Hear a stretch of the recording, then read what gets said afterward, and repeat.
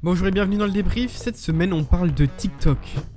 Le réseau social a récemment refait parler de lui, notamment sur les affaires de potentiel espionnage. TikTok, c'est l'un des réseaux sociaux les plus récents, apparu tel qu'on le connaît en Europe en 2018.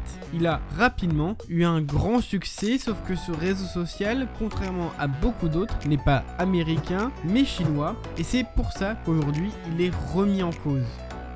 On accuse ce réseau social d'être un outil d'espionnage pour la Chine. Il a notamment été interdit dans certaines administrations, comme aux États-Unis, au Canada ou au Danemark, mais aussi plus récemment à la Commission et au Parlement européen qui ont décidé que les employés devaient supprimer l'application de leur téléphone avant le 15 mars. L'application demande en effet l'accès au micro, à la caméra, à la position, beaucoup d'informations personnelles, et pour un certain nombre d'administrations et de gouvernements, cela pourrait être utilisé à des fins d'espionnage. En France, une enquête a été lancée par le Sénat pour déterminer si oui ou non cette application représente un risque d'espionnage. Les États-Unis discutent en ce moment d'une potentielle interdiction totale de TikTok dans le pays, craignant que les données des utilisateurs américains de TikTok soient collectées par les autorités chinoises. Donald Trump avait déjà voulu bannir l'application qu'il accusait d'espionnage à la fin de son mandat. Les mesures qu'il avait entreprises avaient été annulées par Joe Biden.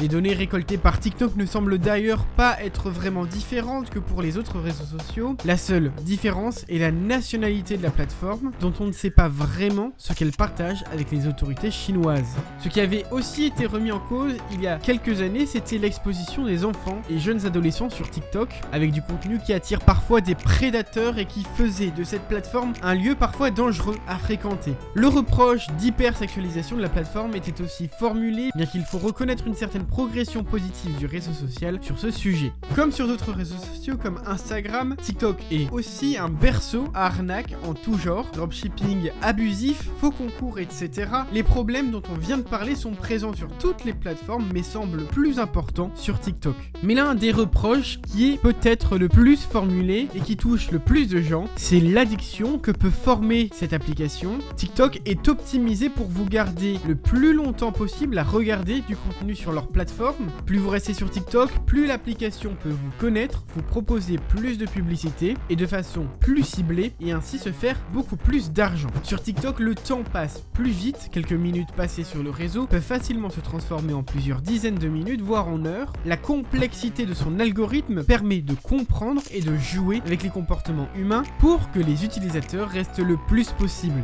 L'application réussit très bien à jouer avec les circuits humains de la récompense, à tenir en haleine les utilisateurs. Certains parlent d'une addiction qui serait comparable à celle du tabac ou des casinos. Le réseau est si addictif qu'il a commencé à inquiéter la sphère politique. Le réseau social, qui a reçu de nombreuses critiques sur son caractère addictif, notamment auprès des plus jeunes, a décidé de mettre en place un système qui affichera un avertissement aux mineurs au bout d'une heure d'utilisation. Il faudra alors saisir un mot de passe pour continuer de regarder des vidéos.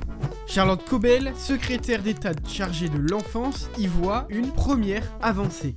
Alors ce qui est important, c'est que ça va permettre aux enfants, aux jeunes eux-mêmes de bien prendre conscience du temps d'écran qu'ils passent sur TikTok. Ça, c'est donc une première avancée. Mais ça ne résout pas deux autres problèmes, le contenu. Et on sait que sur TikTok, il y a des challenges parfois complètement stupides. On l'a vu récemment, une histoire de cicatrices. Les enfants se pincent pour se créer des cicatrices qui ne sont pas trop graves, mais quand même qui laissent des cicatrices. On avait aussi un blackout challenge qui consiste à retenir sa respiration jusqu'à se sentir mal. Donc ça, c'est deux exemples, mais on a évidemment 10 autres. Donc le contenu et bien sûr la question des données qui sont conservées par TikTok. Est-ce que vous savez, vous, ce qu'elles deviennent? Elles sont hébergées où, par exemple, les données de TikTok? Alors ce qui est dit, c'est que c'est un réseau qui est hébergé à Singapour, mais qui est d'une entreprise chinoise. Donc évidemment, on est au niveau mondial sur ce sujet-là, mais bien sûr qu'il y a un enjeu de protection des données, de protection de l'image aussi. Et moi, j'y suis particulièrement vigilante pour les enfants. Attention, effectivement, aux données. On n'a pas aujourd'hui la sécurité suffisante pour ne pas être vigilant.